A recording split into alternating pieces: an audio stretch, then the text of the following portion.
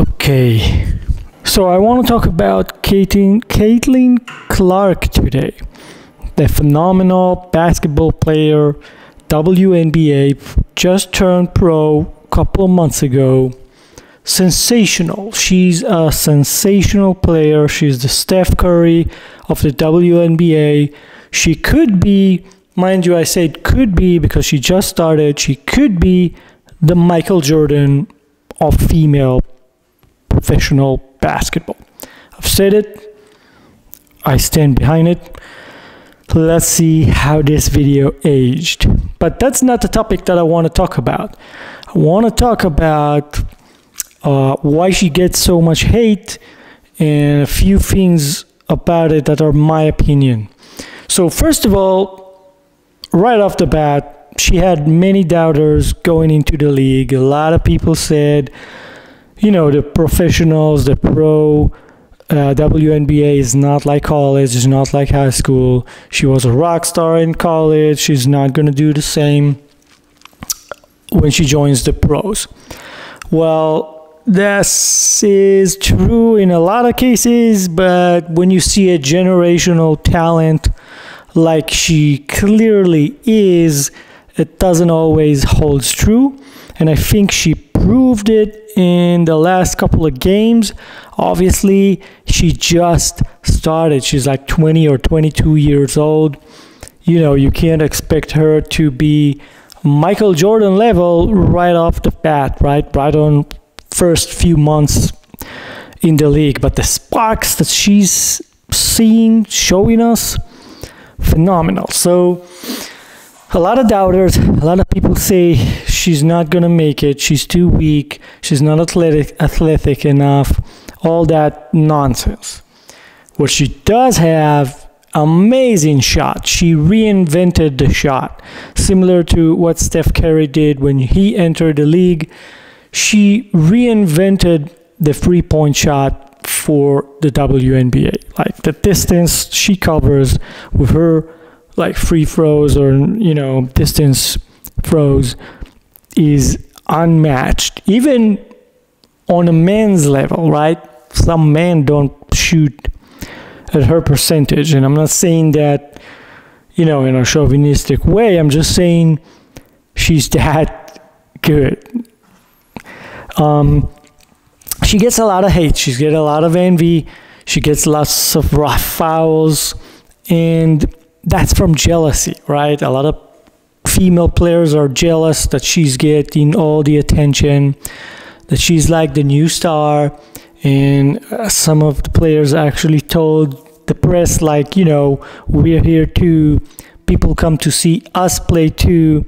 And that's been since proven wrong, right? Because the average attendance to a WNBA game when Caitlin Clark is not playing is around 8,000, maybe 10,000 people joining to watch a game physically. I'm talking about physically in the stands, right, in the stadium.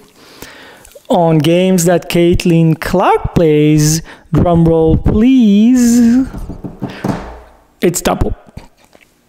I'm sorry, that's just, you know, numbers never lie. It's double. There's nothing you can say. It's double.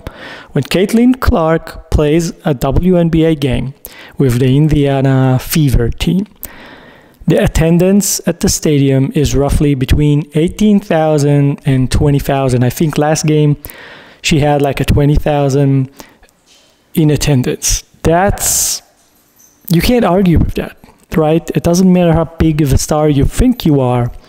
If someone else fills in the seats twice the amount of you do, she's a superstar, right? It's all entertainment at the end of the day, and she fills the seats, she sells the tickets. Attendants are coming, spending their hard-earned money to watch her play. So that argument, out the door, right from the start, it's out the door. It's clear as day that there's a lot of envy and jealousy going on between the players. And, you know, human nature, it's understandable, but from where I'm sitting, I think they have a few things wrong, and I'll explain why. So like I said before, she might be the Michael Jordan of the WNBA. She could, good chance that she's going to develop into that level of a player. Even if she doesn't realizes all her dreams, right, and doesn't win 6 championships, whatever, she has the opportunity to be one, if not the best WNBA player of all time. 10 years from now, we will look back at this video and we will see that I was right. Plain and simple. She already has a shoe deal with Nike in the talks, right? It's not signed yet, but I know they're talking about it. She's probably going to be one of the first, and it's probably going to be the biggest deal Nike ever made with a WNBA player, right? We're talking 8 figures. I think 8 figures. That's unheard of for the WNBA. So that's number one. Number 2, she's got a Wilson deal, similar to create like custom basketballs. That's similar to what Michael Jordan did back in the 90s. That's the first female ever to do it after Michael Jordan. First person to do it after Michael Jordan. You see the comparison there? I mean, you see where this is going, right? I mean, you gotta acknowledge the skill. That's number 2. All right, now I want to go into the important stuff of this video, right? What I think that means for the league, what I think that means for the other ladies that are playing, which are awesome, by the way. Everyone who makes it to the WNBA is an awesome player, awesome human being, awesome athlete. This is not something I take lightly at all. But I think she changed the game. She already changed the game. All right, she broke ground to all the other ladies that will come after her, very similar to how Michael Jordan broke ground for every other male basketball player to come after him. She's signing shoe deals, she's getting all the endorsements, she's making a lot of money, relatively speaking, compared to what was the standard, right? So she's now becoming the new standard, and by doing that, if I'm a 15-year-old girl and I'm good at basketball in high school, and I see her play and I see all the media attention she gets, my thought is, that's amazing. I want to be exactly like that. I have the skill. I can be the next Caitlin Clark. Similar to young boys in the 90s watching Jordan and saying, you know what? I'm going to grow up and be just like Michael Jordan. I'm sure LeBron James said the same thing. Now young kids are growing up saying, I want to be like LeBron James, right? It doesn't matter. I don't want to get into the argument of who's the GOAT and who's not. I mean, it's Jordan. It's Jordan. Michael Jordan is the GOAT. Let's not even discuss this. So she's now breaking ground for all our female players, and growing up, they want to be like her. And that is a great thing for the WNBA. Don't they realize that? I'm sure the other players realize that this is a good thing. I'm sure of it. I'm sure a lot of things that they do are kind of like leaning into it, and I will explain in a second. She gets more viewers, right? I'll tell you how it helps the league in the most basic way. She gets more viewers, right? More people view her games on TV, online, ESPN, whatever. They watch it. That equals more money coming into the league. She has more people buying tickets to come see her play at the stadiums. That means more money coming into the vendors, to the stadium owners, to the whoever it is, merch shops, right? More money coming into the league. The league earns from everything that's related, right?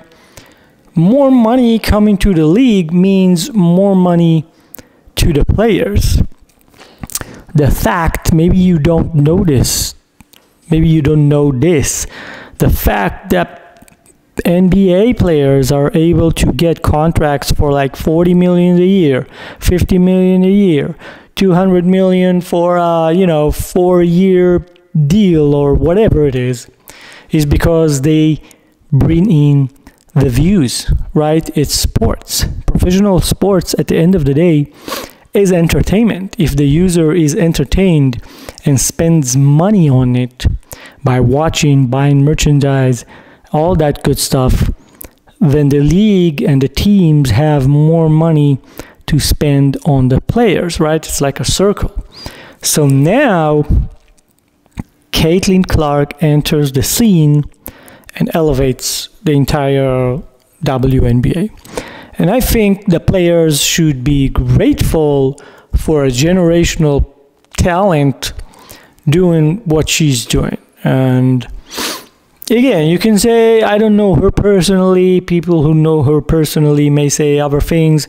It doesn't matter. If you look at it as a whole, she's a good thing for the league. And I also want to say that I think that part of the hate, I feel like it's fabricated. I feel like what Dana White is doing with the UFC, I see similar things going on with the WNBA. I think it's very smart that they do that, actually. It's like, you create confrontation, you create those fights between players.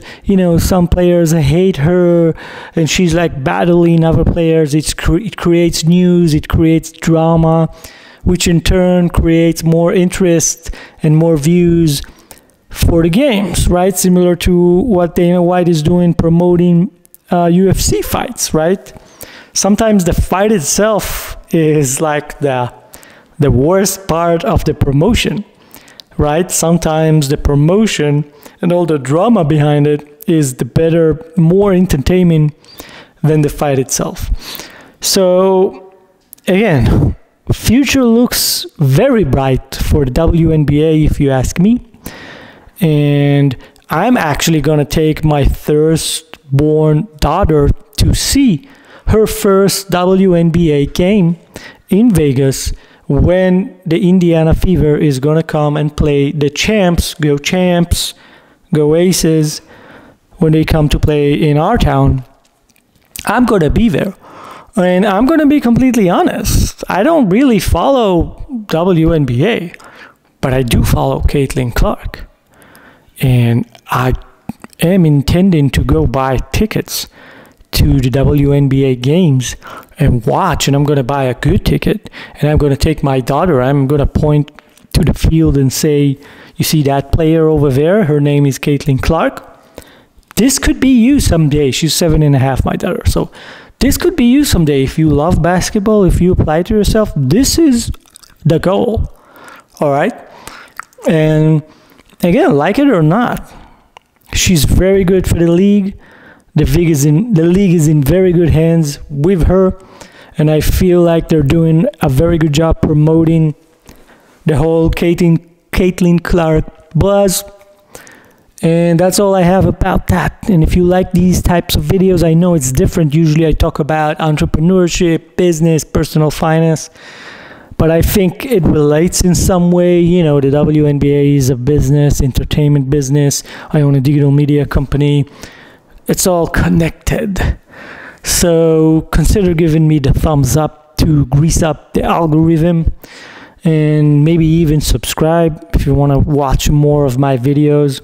If you're not, that's fine. I'm just a guy on YouTube. And as always, I'll see you in the next one.